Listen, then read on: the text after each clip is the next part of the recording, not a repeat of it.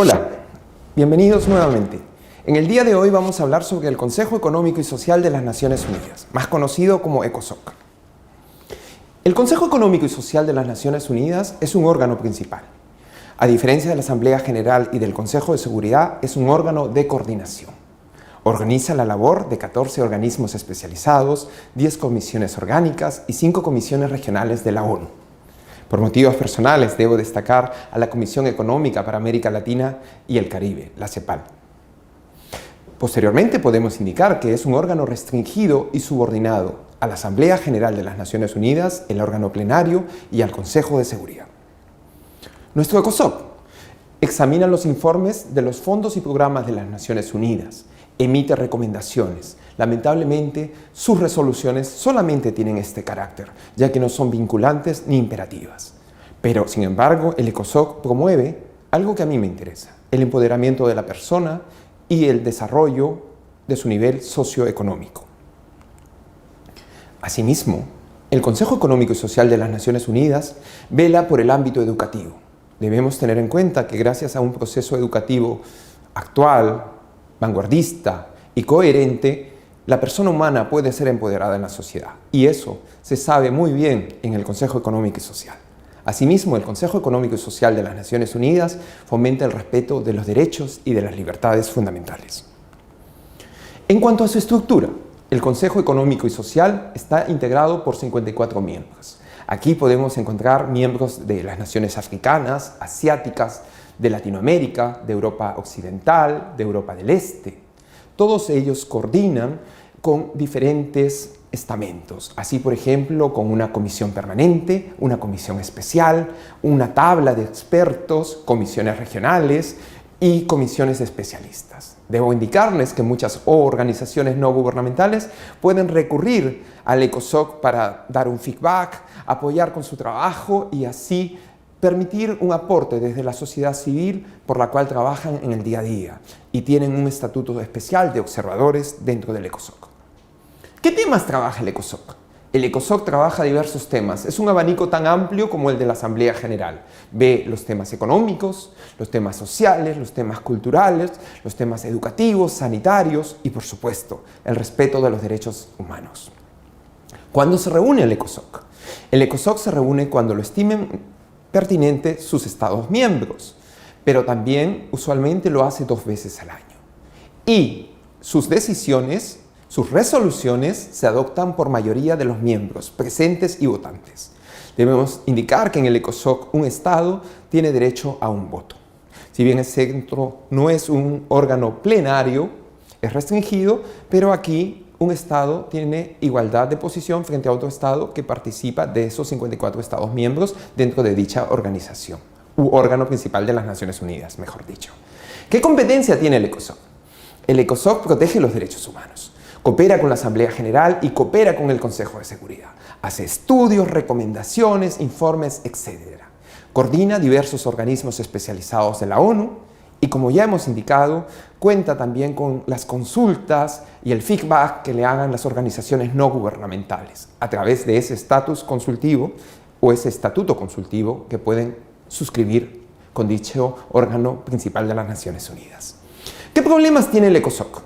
Ya hemos visto que tiene una cartera, un abanico amplio de actividades. Pues bien, esta amplitud en las actividades puede ser su mayor problema o desventaja. Tiene muchos miembros, 54, y por supuesto, dada la temática y la diversidad de los temas, necesita mucho apoyo político y financiero. Sin embargo, el ECOSOC constantemente se está readaptando a los cambios que ocurren en la sociedad. Y vivimos en una sociedad internacional muy convulsa, donde los conflictos internos e internacionales, los desplazamientos internos y los desplazamientos internacionales han generado movimientos de migración no espontáneos, más bien obligados por razones humanitarias, por razones ideológicas, por razones medioambientales, etc. El ECOSOC, que es un órgano principal de las Naciones Unidas, es consciente de ello y la interrelación entre la paz, la seguridad internacionales y el desarrollo humano es el nicho hacia el cual apuntan sus nuevas actividades y en el cual tratan de englobar todo aquello que quieren cambiar y que quieren mejorar para empoderar a la persona en la sociedad internacional. Respecto del ECOSOC, podemos consultar la página oficial de las Naciones Unidas, que la podemos encontrar fácilmente en idioma español o castellano, como quieran denominarlo. A continuación, vamos a analizar otro órgano principal de las Naciones Unidas, el Consejo de Administración Fiduciaria.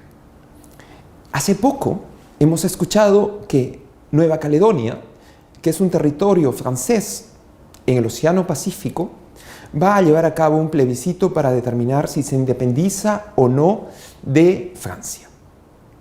¿Tiene relación Nueva Caledonia con esto órgano del Consejo de Administración Fiduciaria? No necesariamente, pero sí tiene un pequeño ribete que puede interrelacionarse. ¿Cómo así? ¿Por qué? A continuación lo aclaramos. La Carta de San Francisco designó a ciertas potencias el rol de supervisar a través de un fideicomiso, un encargo de confianza, que ciertos territorios alcanzaran ciertos estándares de la sociedad occidental, ciertos estándares democráticos y después pudieran empoderarse como un Estado más dentro de la comunidad internacional, como un Estado más que pudiera tener la expectativa de ingresar al sistema de las Naciones Unidas. Es así como este Consejo de Administración Fiduciaria opera desde mucho tiempo atrás. Sin embargo, en 1994, ante los procesos de descolonización y los procesos de independencia que habían logrado muchos estados, se comprendió que la razón de ser del Consejo de Administración Fiduciaria ya no tenía el objetivo que tenía antes y se decidió suspender sus operaciones. Para ello se modificó su reglamento y para ello se indicó que se podían reunir cuando lo estimaran necesario su presidente o a petición de la mayoría de sus miembros o de la Asamblea General de las Naciones Unidas o del Consejo de Seguridad.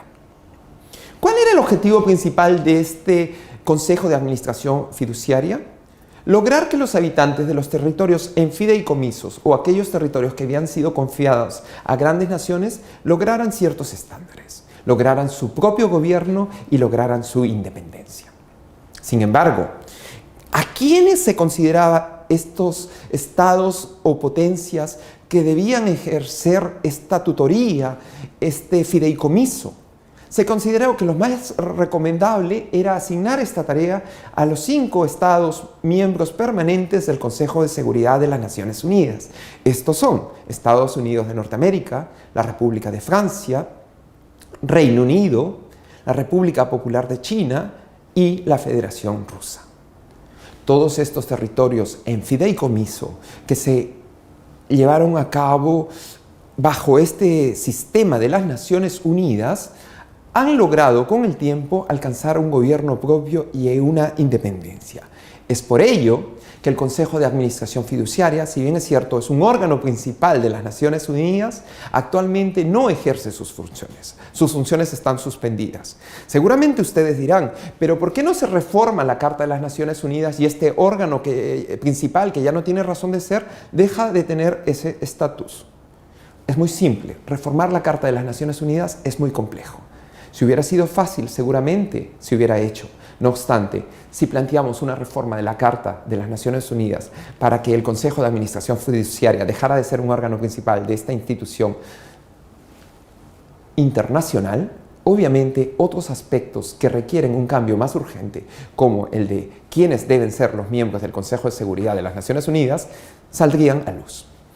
Hemos anotado 2 aspectos en los que ustedes pueden consultar temas relacionados con el Consejo de Administración Fiduciaria en diferentes enlaces de Internet. A continuación, analizaremos un tercer órgano principal de las Naciones Unidas, la Secretaría General. La Secretaría General, al igual que los anteriores, es un órgano principal, no representa a ningún Estado y está constituido por la persona del Secretario General, don Antonio Guterres, de nacionalidad portuguesa, y los funcionarios internacionales que la Secretaría General de las Naciones Unidas requiere para el desarrollo de sus actividades del día a día. El Secretario General o la Secretaría General solamente rinde cuentas a las Naciones Unidas y no puede aceptar ni recibir instrucciones de ningún gobierno ni autoridad. Sus funcionarios son de carácter internacional y absolutamente ningún Estado ni gobierno puede pretender influir en sus decisiones. El jefe máximo de la Secretaría General es, en este caso, el señor Secretario General, quien es nombrado por la Asamblea General de las Naciones Unidas a recomendación del Consejo de Seguridad por un periodo de 5 años renovables. ¿Qué funciones tiene la Secretaría? La Secretaría General de las Naciones Unidas administra las operaciones de mantenimiento de la paz. Todas estas operaciones que fueron creadas por las lecciones aprendidas del pasado y que implican que fuerzas neutrales deben interponerse entre dos partes que anteriormente estaban en conflicto y que han logrado una paz para evitar que este conflicto se reinicie. La Secretaría General también media en controversias internacionales y prepara estudios sobre derechos fundamentales, desarrollo sostenible, entre otros aspectos. Presta servicios a los demás órganos de las Naciones Unidas y administra los programas y políticas que estos otros órganos elaboran. Las competencias que en la Carta de San Francisco o Carta de las Naciones Unidas son atribuidas no se hacen a la Secretaría General en sentido amplio, sino que son atribuidas a la persona del Secretario General o cuando llegue el momento de la señora Secretaria General, que espero que sea pronto. Porque al igual que en todo, la paridad entre el hombre y la mujer es necesaria en los altos cargos de los órganos principales de las Naciones Unidas. Elección del secretario. El Consejo de Seguridad de las Naciones Unidas hace una recomendación a la Asamblea General y es ella la que nombra al secretario general por un periodo de 5 años renovables. ¿Cómo se hace esta votación al interior del Consejo de Seguridad? Evidentemente es una cuestión de fondo y para ello se puede utilizar el derecho de veto. Recordemos que es una cuestión de fondo. Una cuestión de fondo requiere el voto favorable de 9 Estados miembros de los 15 del Consejo de Seguridad, en la que los 5 principales miembros permanentes deben estar a favor o, en todo caso, abstenerse. Ello implica la forma en cómo se vota una cuestión de fondo para elegir al Secretario General de las Naciones Unidas. ¿Qué competencias tiene el Secretario General? Hemos dicho que las competencias que otorga la Carta de San Francisco no son a la Secretaría General, son a la persona del Secretario General o de la señora Secretaria General cuando la haya. Y estas funciones son el de ser un secretario, un nexo de coordinación con la Asamblea General, con el Consejo de Seguridad, con el Consejo de Administración Fiduciaria, cuyas actividades están suspendidas, y con el Consejo Económico y Social, ECOSOC. Pero por favor, dada la especialización y el ámbito jurídico que se requiere, el señor Secretario General de las Naciones Unidas no es el secretario del Tribunal de Justicia, del Tribunal Internacional de Justicia, mejor dicho. Asimismo, presenta informes ante la Asamblea General de las Naciones Unidas y puede llamar la atención del Consejo de Seguridad sobre temas como la paz y la seguridad internacionales. Recordemos que en la actual Asamblea General de las Naciones Unidas que se lleva a cabo en Nueva York, ha sido el señor Antonio Guterres quien ha llamado la atención del Consejo de Seguridad y de la Asamblea para que se aborden ciertos temas de protección de los derechos fundamentales en ciertos países que viven actualmente conflictos atroces y que están generando desplazamientos internacionales. Sí, que el término desplazamiento más se usa para desplazamientos internos. No obstante, también se puede usar desplazamientos internacionales o personas que ante la desesperación por motivos políticos, raciales o ideológicos buscan un nuevo país lejos de la tierra que les vio nacer. Asimismo, el señor Secretario General de las Naciones Unidas, o en su caso, cuando llegue el momento, la señora Secretaria General de las Naciones Unidas, podrán concluir acuerdos y contratos, efectuar reclamaciones por los daños sufridos y cobrar deudas. No olvidemos que es el más alto funcionario administrativo de las Naciones Unidas, ya que dirige, coordina y supervisa todas las actividades de la Secretaría que tiene a su cargo. Finalmente, podemos ver ese gráfico. Dice Naciones Unidas, laissez-passer. ¿Qué es un laissez-passer? Un funcionario de las Naciones Unidas es un funcionario de alto nivel. Es un funcionario que representa intereses globales. Es un funcionario que no representa los intereses de su país y es un funcionario que contribuye a objetivos tan válidos como la paz y seguridad internacionales. Vamos a un caso hipotético. Imaginemos que un funcionario diplomático de las Naciones Unidas tiene una nacionalidad del Estado A. Si este señor se desplaza al Estado B para realizar una inspección y en un hipotético caso, hace muy poco tiempo el Estado A y el Estado B se encontraron en conflicto y aún la población no ha podido superar esos traumas de esa situación de enfrentamiento bélico, sería muy peligroso para el señor funcionario de las Naciones Unidas, que tiene la nacionalidad A, el presentar su pasaporte o documento de identidad internacional para ingresar a territorios del Estado B cuando va, por ejemplo, a supervisar la protección de los derechos humanos o cuando va a supervisar la cooperación de las Naciones Unidas para reforestar ciertas áreas destruidas por un sembrío radical y salvaje de plantas destinadas a la exportación de tal o cual producto. Entonces, para evitar esta situación, en las Naciones Unidas se estableció lo que se llama laissez-passer, que es un salvoconducto de las Naciones Unidas, donde aparece el nombre del funcionario o de la señora funcionaria, la actividad que realiza donde las Naciones Unidas, la fecha de nacimiento, su descripción de sus rasgos físicos, mas no su nacionalidad. Es una manera de garantizar la neutralidad, el trato exquisito que debe tener todo funcionario de las Naciones Unidas, porque representan los intereses de una organización mundial y no los intereses de ningún Estado, ni siquiera del Estado que le vio nacer. Estos son mecanismos que en el derecho internacional y en las relaciones internacionales se van estableciendo para proteger a las personas.